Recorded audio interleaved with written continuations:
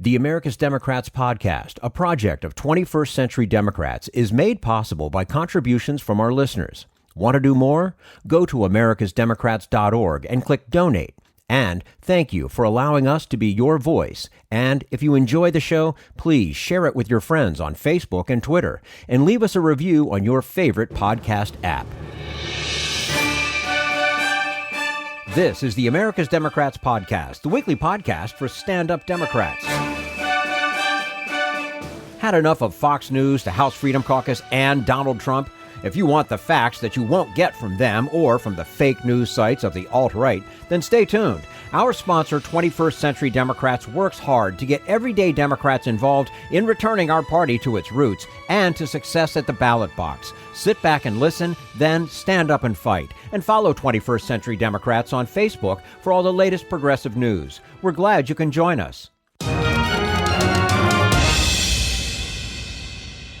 As we commemorate another Labor Day, Professor Gordon Lafer reminds us that unions gave us the minimum wage, the 8-hour day, and child labor laws, all of which were opposed by the Chamber of Commerce, which continues to oppose what most working Americans demand.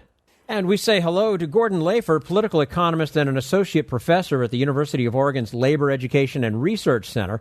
He's written widely on issues of labor and employment policy and has served as labor policy advisor for the U.S. House of Representatives Committee on Education and Labor. Gordon Lafer, thank you so much for joining us today on americasdemocrats.org. Thanks for having me on the show. Our pleasure. You document a state-by-state and a national effort by Republicans to strip workers of their rights and a decent living wage. How should progressives be fighting the war against workers, at the margins or frontally? I think this has to be a front and center issue. I think it's a critical issue, and I think it's a winning issue. I mean, if you look at things like increasing the minimum wage, the right to a living wage, the right to paid sick days, these are all things that there is broad bipartisan support for.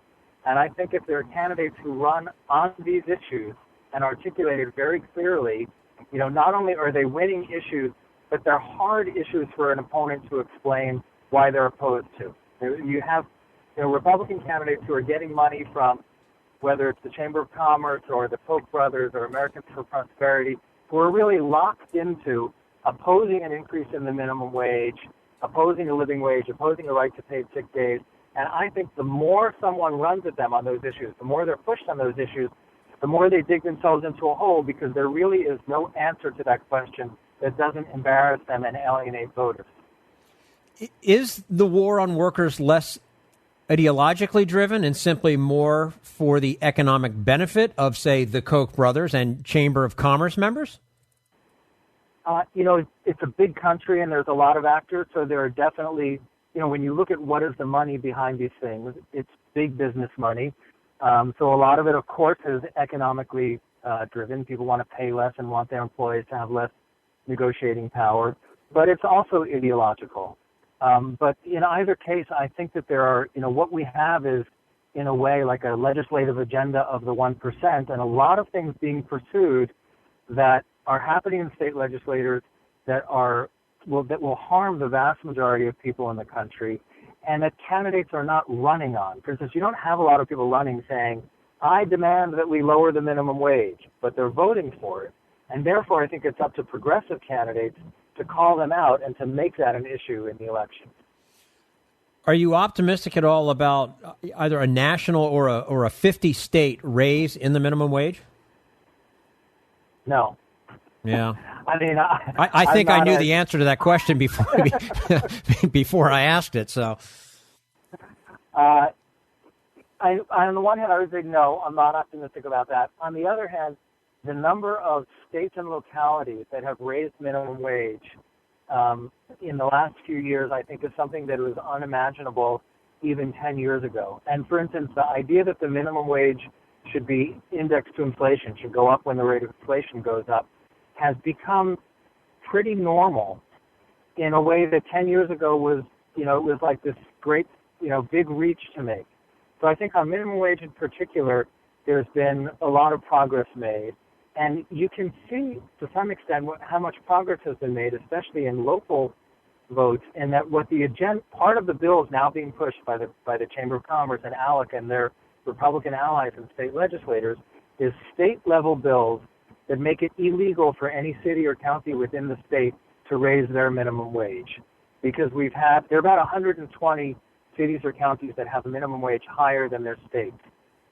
And because they know that it's popular and that they can't win those votes, their response is to try to make it illegal for people to have a say on something like that. So Indiana, for instance, passed a bill at the state level that says that no city or county within Indiana can pass a bill raising the minimum wage even if 100% of the people vote for it.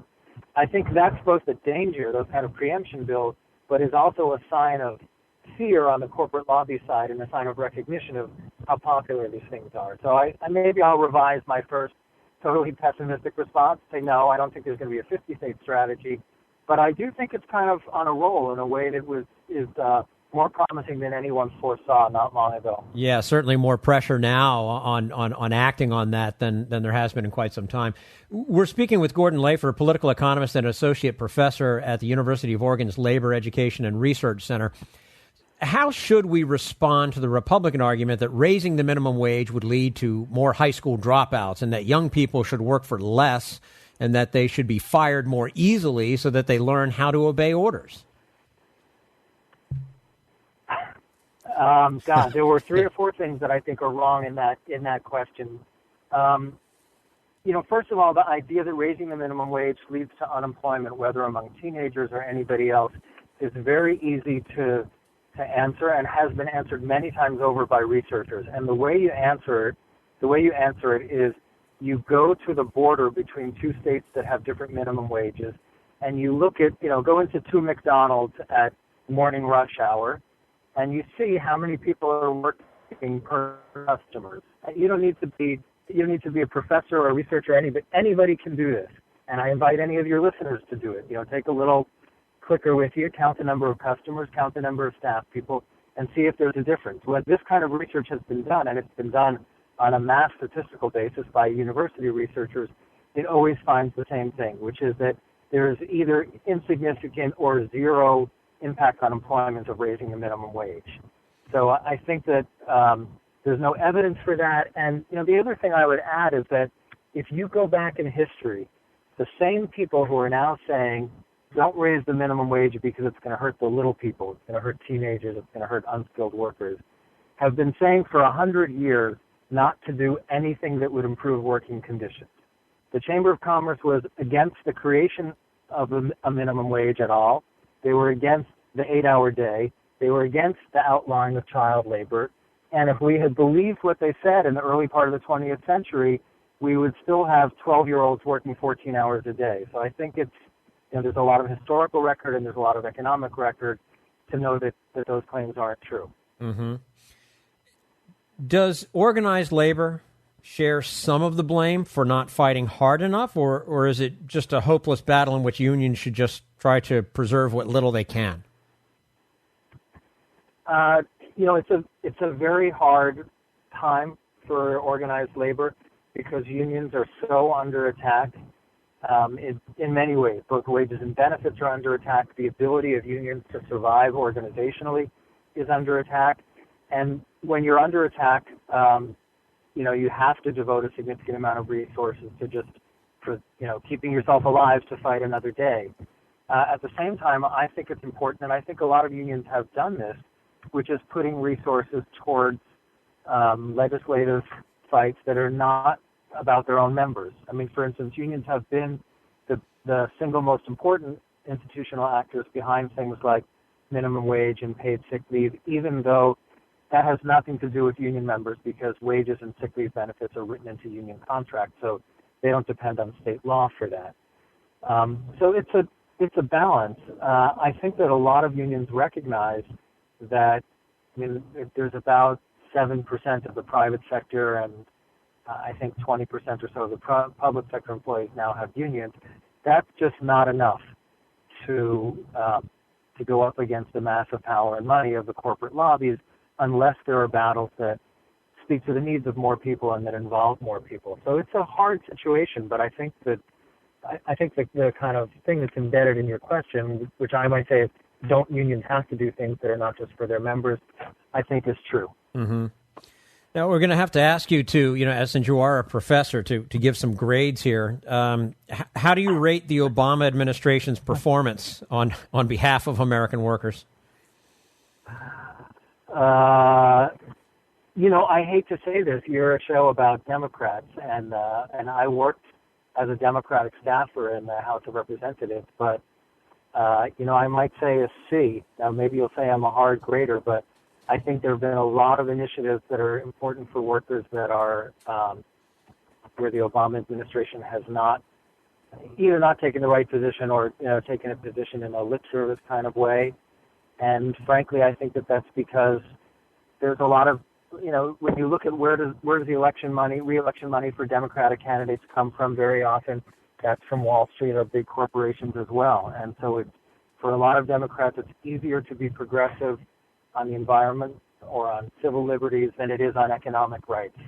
So to me, it's been quite disappointing, although clearly better than having a Republican administration would have been. Mm-hmm. I think that's a fair answer. Now I'm going to ask you to pull out a crystal ball. Do you foresee a Hillary Clinton administration perhaps doing any better? I don't know. And, crystal balls, political science is a profession that failed to predict giant things like the fall of the Soviet Union. So we don't have a very good track record on saying what's going to happen in the future. I would hope that, I think it's, for Hillary Clinton, it's less about, who is Hillary or what are the people that she would bring into her administration than what's the time in American history that she or somebody will take office, which is, people are coming into office at a time when more and more people are in harder and harder economic straits and are, becoming kind of hopeless. More and more people are more desperate about their ability to make a decent living and to do right by their kids. So my hope is that pressure would lead her administration to do more progressive things, regardless of any predictions about what's in her head in particular. Okay. That was very well done. You stayed away from a lot of things, but you did give a decent answer. Gordon Lafer, political economist, associate professor at the University of Oregon's Labor Education and Research Center. Very much appreciate your time today with us on americasdemocrats.org, and hopefully we can do this again soon. Thanks very much for having me on the show. Okay, thank you. And this is americasdemocrats.org, the weekly netcast for stand-up Democrats.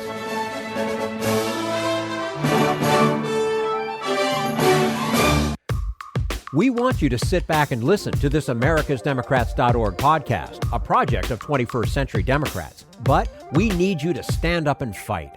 Do you want to get involved and help get our party back to its roots and to success at the ballot box? You can make your contribution to help us keep this show going and to elect Democrats who will stand up for democratic principles.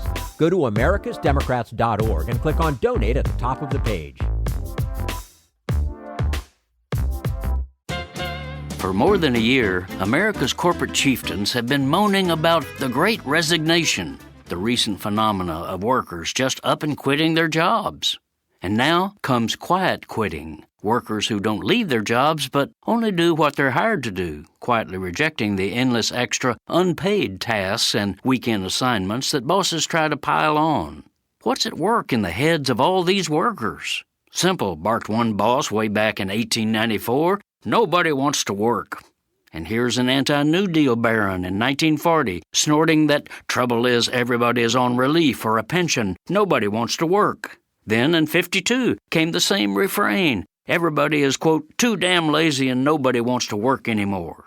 Year after year, the exact same wail is repeated from on high, including this group gripe expressed in a corporate survey this year. 1 in 5 executive leaders agree that no one wants to work. Given the historic continuum of executive suite disdain for working stiffs, it's no surprise that the top dogs are blaming sluggish workers for today's rampant job dissatisfaction. But it's both hilarious and pathetic that high-dollar bosses are so inept at employee relations that they can't keep the rank and file on the job, much less happy. Their response has been to put a silly Band-Aid on this serious problem. They've created new executive positions like Chief People Officer and hired consulting firms with such names as Woohoo and Happy Limited to come up with treats, trinkets, and gimmicks trying to make the workplace a playscape. Beer tastings, ping pong games, meditation, a Lizzo concert, company water bottles, wine Wednesdays. This is Jim Hightower saying, memo to CEOs. Try decent pay and benefits, rational scheduling, meaningful goals, and personal respect. In a word, dignity. If you'd like more of Jim Hightower's real populism, check out the Hightower Lowdown. Jim's monthly newsletter gives you the real lowdown on which corporations, by name, are doing what to the middle class, our environment, and our democracy. Each month, the Hightower Lowdown brings you facts you didn't know, along with actions you can take to fight back. It also comes with a sense of humor. Hightower believes we can fight the gods and still have fun. Plus, get this, it's cheap. Only $15 brings you 12 issues a year. For real populism, go to hightowerlowdown.org. This Social Security measure, I believe that we must pass legislation to provide medical care. This is our tradition. When our grandparents came to America, it was the Democratic Party which said, welcome. It was the Democratic Party, the party of Roosevelt and Truman and Kennedy and others, who said that America belonged to all its people, not just a handful of the rich or a few giant corporations. That's why great leaders like FDR fought so hard for Social Security, and why JFK stood up to the insurance companies and their Republican allies to get Medicare. It's not just one thing, or one time, in one place. It's about a whole history of standing up to the Republicans and saying someone has to be on the side of regular working people in America, whether it's defending Social Security or just the way your loved ones are treated on the job. That's what the Democratic Party is all about. And that's why this message has been brought to you by the Democratic Party. Working people like you and me. Paid for by 21st Century Democrats. Not authorized by any candidate or candidates committee.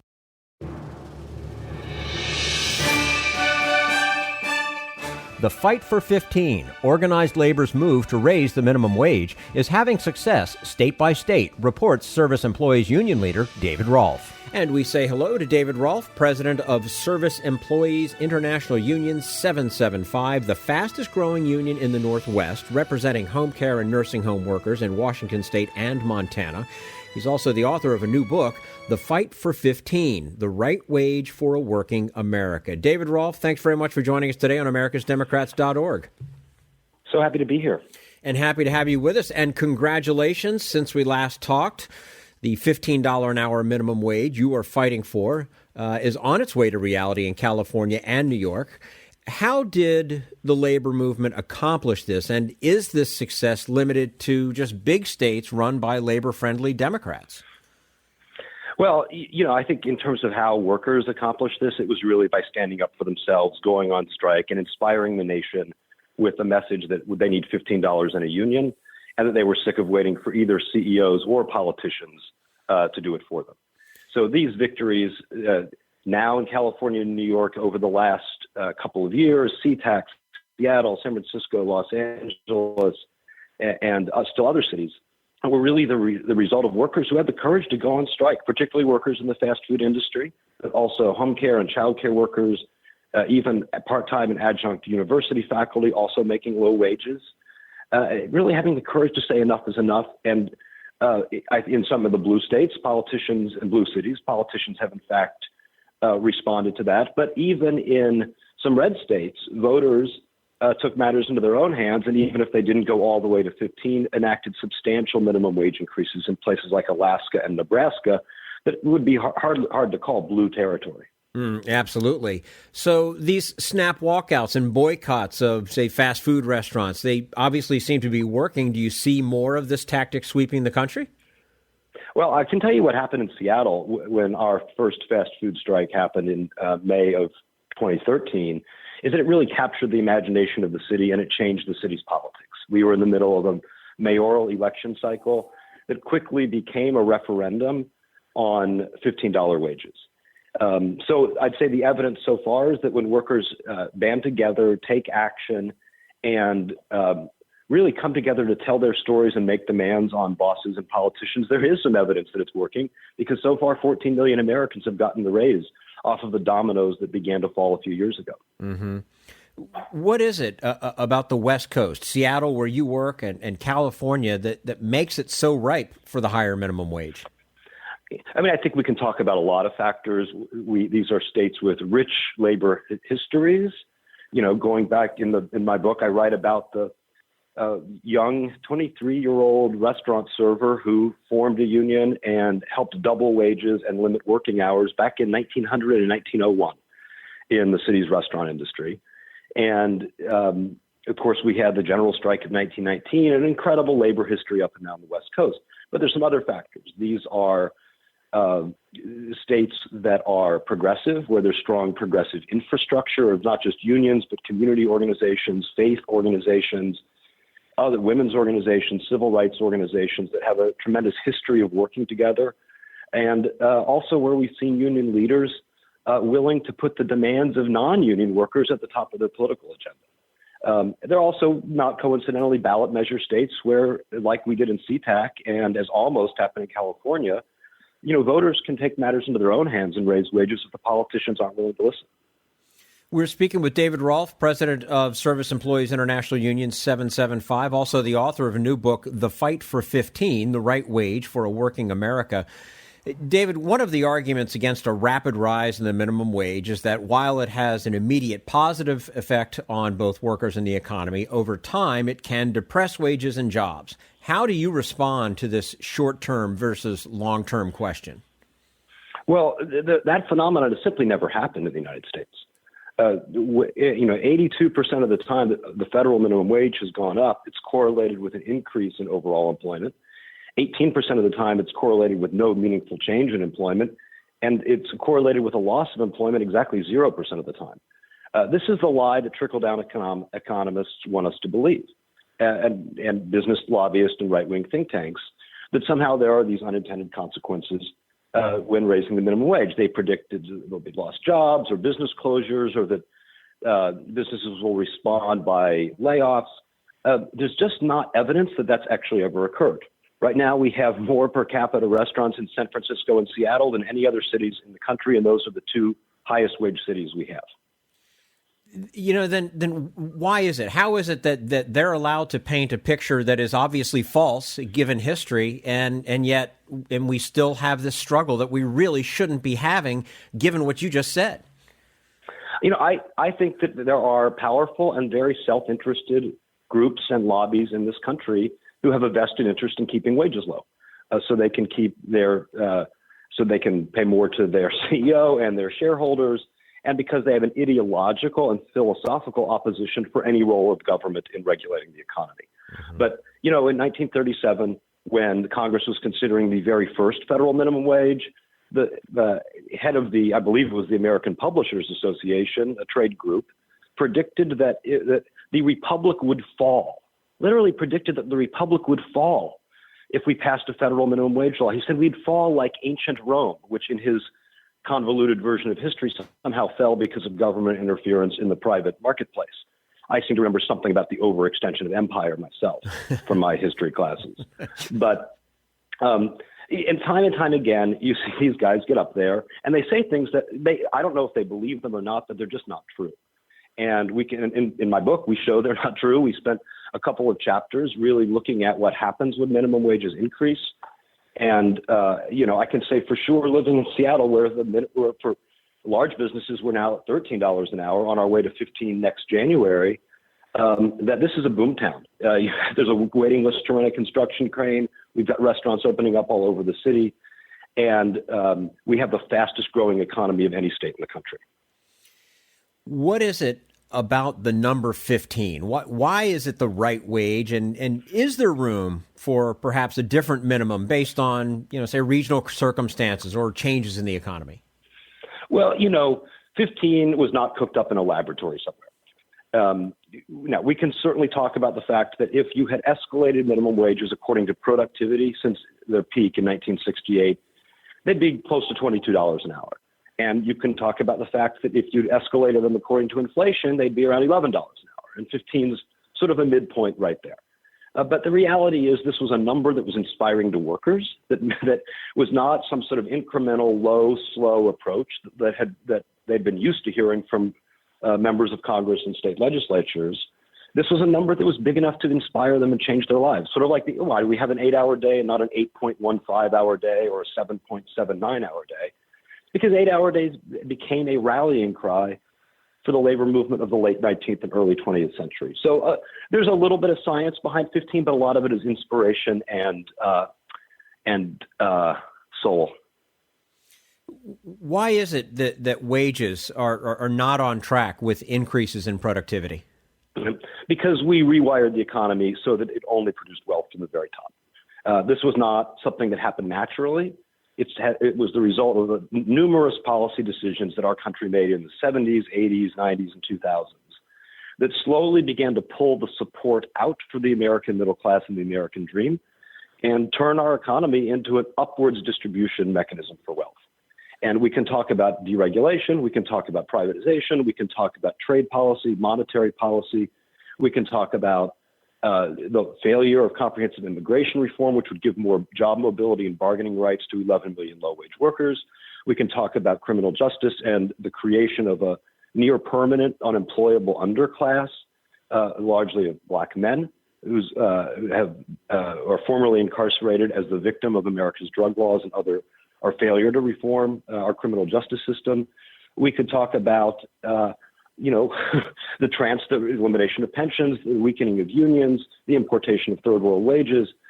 We could talk about SEC and IRS rules that rewarded executive compensation and excessive stock market manipulation through share buybacks and issuing of dividends. There's almost too many specific policy things to count, but what they have in common is that beginning in the 1970s, we changed all the rules mainly to facilitate the people who had the most, keeping the most and gaining the most.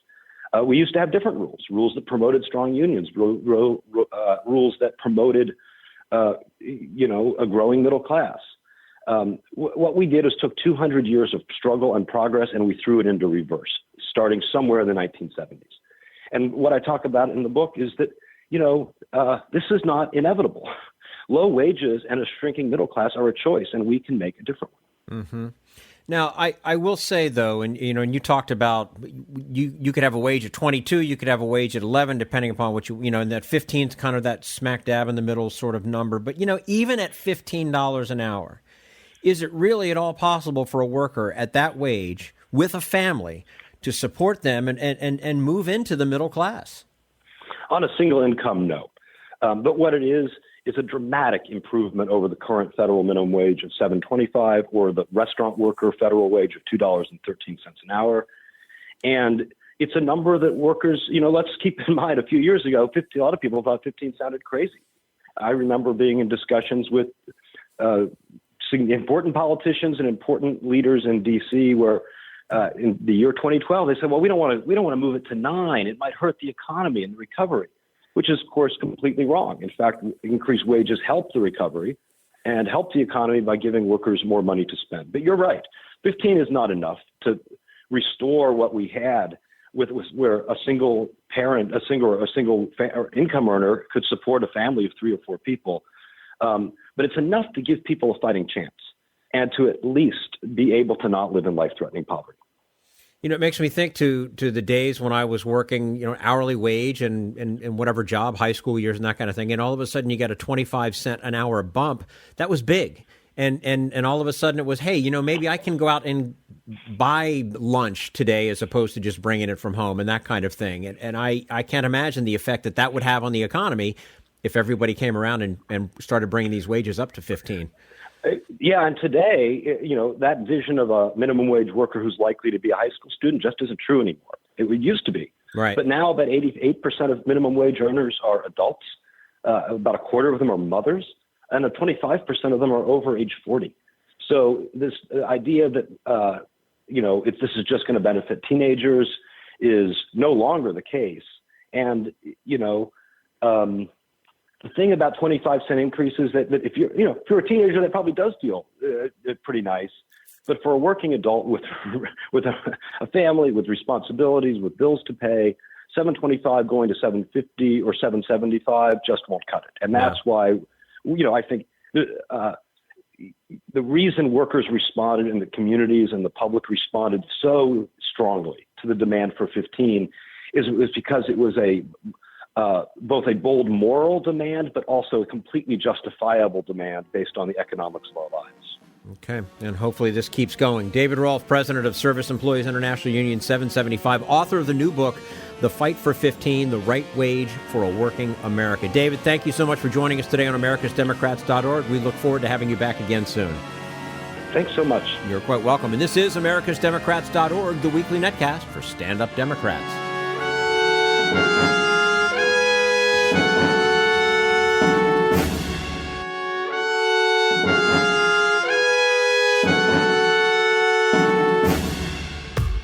We want you to sit back and listen to this americasdemocrats.org podcast, a project of 21st Century Democrats. But we need you to stand up and fight. Do you want to get involved and help get our party back to its roots and to success at the ballot box? You can make your contribution to help us keep this show going and to elect Democrats who will stand up for democratic principles. Go to americasdemocrats.org and click on Donate at the top of the page.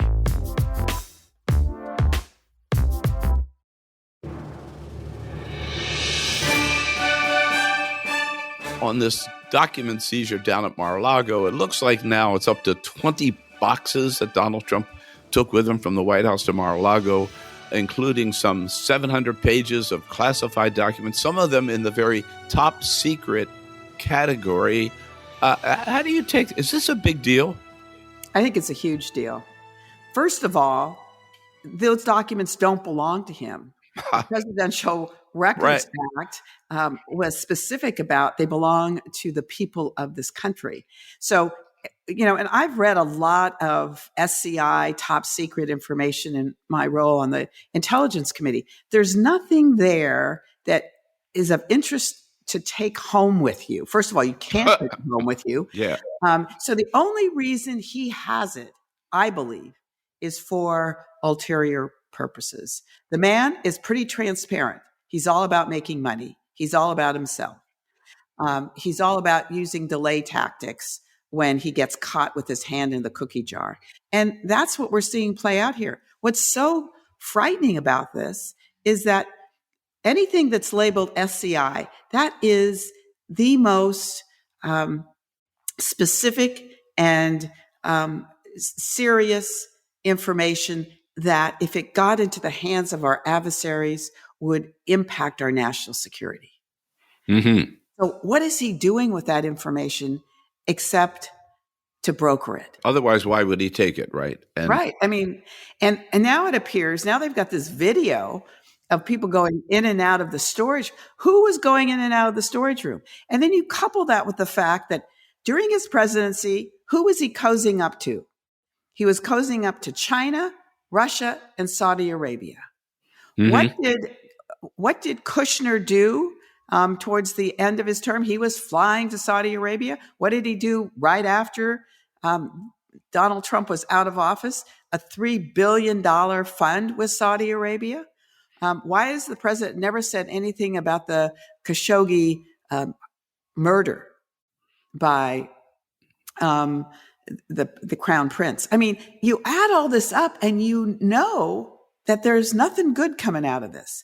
And the fact that Donald Trump has been slow-mowing this for a year and a half and coming up with one cockamamie idea after another, like, well, I've declassified them all. First of all, he can't do that. But even if he did declassify them all, he doesn't own them. They're not his to have. So I'm apoplectic about it, to tell you the truth. Do you think in the end, I mean, here's a man who has, but he's pretty wily, right? He's kind of skated from all the Russian interference in the 2016 election, which he knew about and welcomed. He's sort of skated on trying to bribe the president of Ukraine and investigating Joe Biden. He got impeached for that, but still he remained president. He skated from unleashing an armed mob on the United States Capitol, putting every member of Congress, including yourself, at risk. Do you think in the end, this stash of documents may be the thing that finally brings Donald Trump into legal hot water? Well, I'm reminded of Al Capone, who was the mastermind of all these murders. What does he go to Alcatraz for? Tax evasion. But this is serious. And, Merrick Garland is not a peacock. He doesn't use the office. He's very judicial in how he conducts himself. I mean, lots of Democrats have been criticizing him for moving so slowly. So for him to authorize a search warrant and then to have a judge approve it suggests that we're dealing with something very serious. Right. And in addition, this is on top of what appears to be an ongoing Department of Justice investigation, parallel to what the January 6th committee has been looking into, Donald Trump's role before, during, on, and after January 6th. How do you assess so far, you're not a member of it, but how do you assess so far the work of the January 6th committee? Well, I served on the first committee that looked at impeachment on the Intelligence Committee before the 2 impeachment hearings. Mm-hmm. And I would give us a C, and I would give the January 6th committee an A. I mean, it is so well developed, and the public can follow the narrative. When you go from one member to another asking questions and it's not properly outlined, the public gets a muddled view of things. There's nothing muddled about the January 6th committee and the way they have laid out the narrative. They maybe you guys should have hired your own television producer, right? Exactly. That should we know what our strengths and weaknesses are now. But they did. But part of that, I hate to say credit, right, for the focus is that Kevin McCarthy refused a bipartisan committee. So therefore, put it all in Nancy Pelosi's hands. Yeah, he miscalculated, which goes to show you. I mean, Kevin McCarthy is so desperate to be speaker that he will capitulate to Donald Trump and anyone else. And at the time, I think Donald Trump wanted to try and shut it down, and that they thought that's what they were going to do. But you talk about Wiley. How about the Speaker of the House who said, "All right, then I'll do it my way." Yeah, right. You had your chance, and then you had Republicans serving on the committee, so it is bipartisan. They happen to be Republicans that think that Donald Trump, should be impeached. Voted for impeachment, and that our democracy is at grave risk. How much credit do you give to Liz Cheney for her role on the committee? Profound credit. As I understand it, and I know Liz. I actually nominated her for the Kennedy Profile and Courage Award. Oh, yeah. But she has worked, from what I've been told, extremely hard. She writes her own statements. She has put everything into this. And as you observe how she has conducted herself during her campaign and after she lost, I mean, she is a person on a mission to save this country. I mean, she is the highest level of a patriot. And I don't agree with much of her policy positions, but I'd be in a foxhole with her anytime if it was defending our country. Do you think the committee, you give them an A for their work, do you think that it's had an impact? Has it penetrated through to the American people? That's a hard question to answer. I think that it has provided clarity to those that want clarity. Mm-hmm. And as long as you're going to listen to your specific echo chamber that doesn't want to cover it or has a different script that they want to provide, you may not be convinced. But they've had some, compelling testimony by Trump staffers in the White House that, certainly captured the attention of everyone. The president choking on his Secret Service, throwing ketchup up, throwing plates. I mean, you get the impression that you're dealing with a petulant child. And, the documents too, they remind me of a child who, wants to take his marbles and go home. I mean, he is unfit for public office, was unfit when he was president, is certainly unfit today. Now, whether or not the findings of the January 6th committee, and we know that they're still working, there's still going to be some more hearings in September, whether or not that has an impact on the midterms. One issue that seems bound to have an impact on the midterms, Congresswoman, is the Supreme Court's Dobbs decision. How do you rate that decision? I want to hear from you both on how it impacts American women and how you think it will impact American politics. Let's start with the impact on American women, most of whom alive today don't remember the days before Roe v. Wade. It is the single most significant impact on women in my lifetime in terms of rolling back women's rights. When all is said and done, about half the women in this country will not be able to access an abortion in their state. Half of the women in this country. I look at our service members who are now in installations in some of the deepest red states with the most restrictive abortion policies. And we're talking about probably 120 installations now in states that prevent abortion access. They can't get it at a military treatment facility. They're going to have to fly somewhere in some cases, or drive long distances. They have to pay for it themselves. These are our service members who arguably are there to provide protection for our national security. It's going to affect retention, resilience, and recruitment. So there's that component of it. And I think the intensity of that issue and its impacts on women are going to be felt in the midterm elections. I don't know if it's going to allow us to retain the House, but I think for sure it's going to limit the number of seats that we lose. I mean, the New York State special election, I think that case very clearly with the election of Ryan, that was seen as either a toss-up or a lean Republican. Right. Well, you mentioned New York's 19. I mean, that was really, really important. Everybody said this was the swing district. This is the one to watch.